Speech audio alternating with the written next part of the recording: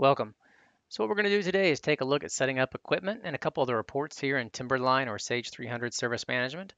So just to kind of dive right into this, if you go to Setup, Equipment, Classes, classes tend to be a real broad category of equipment. So these are not the particular equipment types. It's not going to say boiler here and rooftop unit, water heater. Those are going to be at your next level of equipment type. So the classes again are just real broad categories, and quite often you may only have one or two here depending on the industry that you work in. So don't by any means feel like you need to have a bunch of classes. One or two will do the trick for most folks unless you just happen to be in a lot of different areas of business. On any of the lists here in service management, one thing to keep in mind, if you will right click on it, always when in doubt, right click and you can preview a list. So most everything in here, you can preview a list on. It'll print you a nice simple report. All these reports in here are crystal reports. They can all be changed. This one is obviously pretty dull. There's not a lot here, but it's going to be the case in almost every list you go to. If you right click, it's going to give you the option for a little report. So we'll close that, hit done here, and we'll take a look at types. So set up equipment and types, and that's where a little more of the action is typically going to be. So this is where you get into the particular pieces of equipment. So it's an air conditioner, it's a rooftop unit, it's a chiller, it's a boiler, it's a burner. These are going to be the particular items. Now, one thing to keep in mind here in service is if you double click any one of these, this text can theoretically be changed at any time. I mean, you don't want to fundamentally change it, but if you'd rather have it called AC as opposed to air conditioner, you can just change it. It is retroactive through the system. Everywhere that it referenced air conditioner, it's now going to say AC. All right. The class, it also can be changed at any time. You are not going to break anything, though it might obviously be wrong at that point. But you can certainly change the class anytime you want. So all that stuff can be done at any time and it will be retroactive. So every piece of equipment referencing that class or type will be changed, just immediately. Any of the types that you don't want to use any longer, you're going to inactivate. Now, it doesn't delete them. Generally speaking, you're not going to delete data out of service management. You're going to hide data. So that's what that equipment type inactive is going to do, is allow you to hide that data. So we'll go ahead and cancel back out of here and done. Now, one of the common errors that I forgot to kind of mention right there in any of these lists, whether it's this list, it's a parts list, a miscellaneous item list, any of these lists, if you try to type the same thing in twice, the exact same description, if you try to type it in twice, it will give you an error. These descriptions do have to be unique and it will give you an error, something along the lines of, couldn't update the database file or whatever it says. So if you try to type it in and it gives you an error, and you look at the screen and you don't see it, that you think you think it's a unique record, you don't think you were typing it in twice. We're gonna go ahead and hit done here. Here's what you do: is you go to Setup, Show Inactives, and what that will do is it will make all those hidden records show back up. So now if I go to Setup, Equipment Types, now I don't have any hidden here, but what they'll do is they'll show up. It'll be a much lighter black or a gray, really. And then what you could do is, see that you were trying to type in one a second time, and then you would just double click it and uncheck that box if you wanted to bring it back up. I'm gonna go ahead and cancel back out of here again. But barring all that, you get everything corrected, you get your records in there. When you're finished, you do want to go to Setup, clear the checkbox on the Show Inactives there, and that'll hide everything again. And of course, that's going to work for service sites, for parts, for equipment, for any of these records. That's how you make them show back up, and then uncheck your box, and then they'll be there permanently again. All right, so moving along. So what we're going to do here is, we're on this all location screen, and this very top record here in the sample data is just a good kind of catch-all. So we're going to double click on that. That'll take us into the service site record. So again, the philosophy here in service is you're looking at sites where you perform work, not necessarily who you're billing. It's going to be a little different than the job cost side. It is obviously a service product at that point. So you're looking at a particular address. And if that tenant moves, you can just change the name here in service, or you can certainly set up a new record. It's going to be flexible and you can do it either way.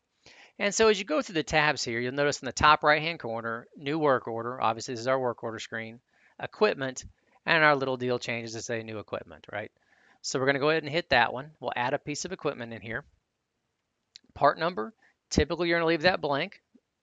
There are some advanced serialized equipment features in here that work with inventory, and the intent is not to get into that today. Equipment type. This is that detailed listing, and this is where you want to, and some customers I do see have 65, 75, 100 records in here of what type of equipment they're managing. So it just depends on your industry and how much detail you want to have. And the manufacturer, again, put in all your manufacturers. It's just a reporting field. It's not the vendor necessarily that sold you the item or that the customer bought it from. It's obviously going to be the manufacturer. So we'll just say American Standard. Now, everything from here on out is a bonus. So if you can put in the year of manufacture, if you know it, then great, put it in. Again, model number, serial number, same story. The more information you put in here, the more information you're going to get back later, but you don't need any of it to continue on at this stage. Installed at, again, that's typically going to be a note to you or the technician that, this is on the northeast corner, it's under the stairs. Just, many of these customers are going to have lots and lots of equipment. So which one specifically is this one? So when they get up on the roof or wherever they're at, they're finding the right piece of equipment. Primary service rep down here. What that's going to do is as you're keying in a work order, you're going to choose that you're there to work on this particular piece of equipment. Then it will default in that technician to work on that piece of equipment. Oftentimes I don't have customers fill this in. I'll have them put stuff in preventive maintenance, but just generally not here. Only because obviously you get thousands of pieces of equipment and technicians come and go to a degree, and having to come in here and edit all those records if a technician either leaves the company or just changes parts of the city that they're going to work on, it's quite the chore to come change all these. Now in hindsight, actually I'm going to back up here. I'm going to change this to a chiller just so I got something different than this AC unit. Hit next. Again, installed, date, warranty information. Again, this is all reportable fields in here. It's not going to, in this case, automatically not bill labor, not bill material because you put in a warranty date. Next, PM tasks. That's another topic for another day. They can be added at any time, whether you do it now or you do it later. And the intent there is it's obviously going to auto-generate work orders so that you go perform preventive maintenance. Whether that's part of a service contract or not, you can still set up PMs, and assumably they would just be time and material PMs if they're not attached to a contract. So we'll go ahead and hit finish, and then as soon as you hit finish, there's your chiller, 1994. There's an equipment number over here, and we do get this question, frequently of what does that mean? It just means that that's the fourth piece of equipment that I added to this database, not to this customer or not to this site, anything else. It's just a running number of all the equipment in your entire database. So if you're just curious, when you add a piece of equipment and you see that number, you'll know that you've got 2,000, 3,000, 20,000, whatever pieces of equipment in the database. And that's about all that it means to you, unless you start going in the backside of the database and writing reports or pulling data to Excel and some of the things that we may talk about another time. But in any event, that's what that number means. All right, so moving along here. So again, I was kind of preaching earlier about the right click. So if you right click on this thing, preview list, it's going to give you a nice little report of all the equipment at that particular site. Again, you kind of see the system number there being 3 and 4. And again, these are all crystal reports. They can all be changed. If you don't like the look, you don't like the sort order, you don't like the lines, again, all that stuff can be updated or changed quite simply. So we'll go ahead and close that. All right, so now what we're going to do is just take a look at, again, the real basics of using that piece of equipment on a work order. So let's go over here to work orders. We'll hit new work order. I'm not going to get into trying to explain all the screens on a work order at this time, but we're going to go next.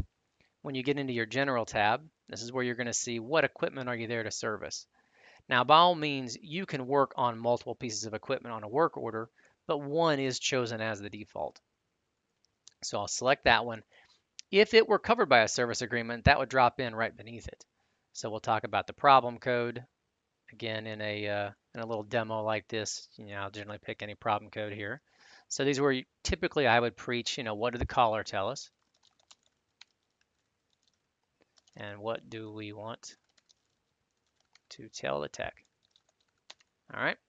So again, the intention there is 3 or 4 sentences, just kind of be very, very brief. We'll go ahead and hit next, next, next, just kind of bouncing through these. I'm going to assign a tech just again so that as I key in some labor here in a minute, it'll all default in properly for me.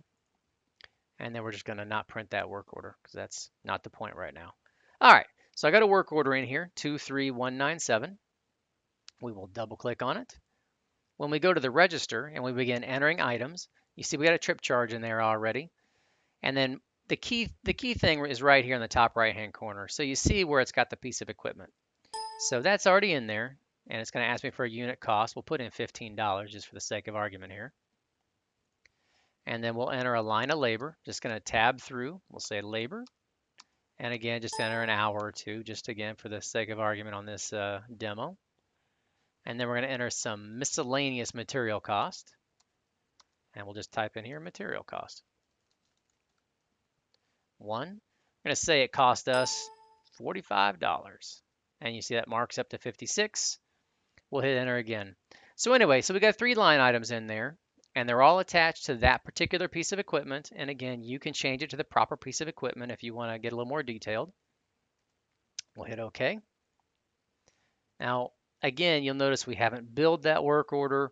We haven't messed with the dispatch board. We haven't done any of those things. It's just on the work order register. As soon as you put it in there, then we are going to right click. Now we'll hit preview. And this will give you a little report on the equipment detail with service history is what it's called. So it gives you a nice little readout of everything that's been charged against that particular piece of equipment. And we get this is a request we get quite frequently. You know, a customer will call our customer, and our customer needs to produce a report of what's been done to that piece of equipment over a 2-year period, a 3-year period, whatever it is. Or it's a nice backup of, you know, you've made 10 trips out to repair an air conditioning unit. It's time to replace the air conditioning unit. And it's a nice way to back all that data up. Now, again, these are all crystal reports. So this sale amount, cost amount, obviously that cost amount is the number I was keying in earlier. And the sale amount is the presumed amount that we're going to bill for that trip. Obviously, if you're going to roll this in front of a customer, you don't want to have both those figures on there. So again, it's all crystal. You can just take out that particular column and there you have it. But that's just a very basic equipment detail report with service history. We'll hit close on that one. Now, some of the extra things that you can do, and we're not going to get into them right now because we're trying to keep this video short and sweet. You can certainly have agreements on equipment. It can be a warranty agreement, and you can have PMs on there. And you can track profitability by piece of equipment. A lot of people don't because it's just obviously more detailed to manage. But it is possible to put in a service agreement for 4 or 5 pieces of equipment, break out the price per piece of equipment, and then when you right click and you print these little profitability reports, you see there's a little equipment profitability report down there. It'll show you by piece of equipment, you know, what the profitability was. So that very bottom one breaks it out by piece of equipment. That top one there is going to be the agreement as a whole. Okay. That's getting a little far afield. All right. So there you go on your pieces of equipment. Now, just to kind of touch on a couple other things you can do in here when running reports, there is an automated function in here where you come down here to sales leads and a marketing list wizard. What that will allow you to do is run a automated report. Oops. Run an automated report there. Let's do that one more time.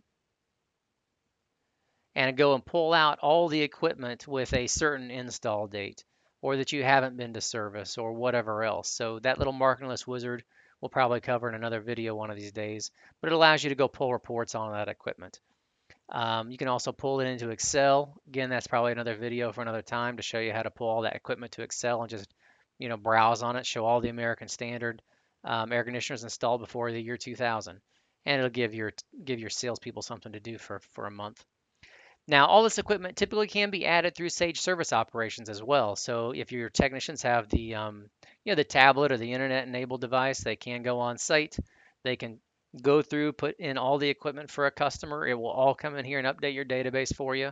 And then, of course, as work orders come in later on, you can track them against the proper piece of equipment.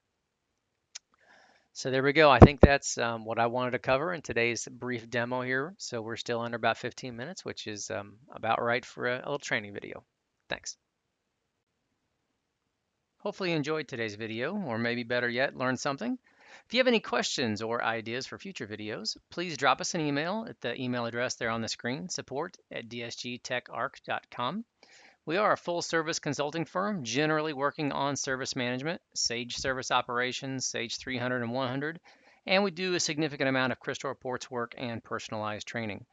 So we do have arrangements with the majority of the business partners in the United States. So if you need a hand with something, again, please drop us an email. We'll be happy to take care of you.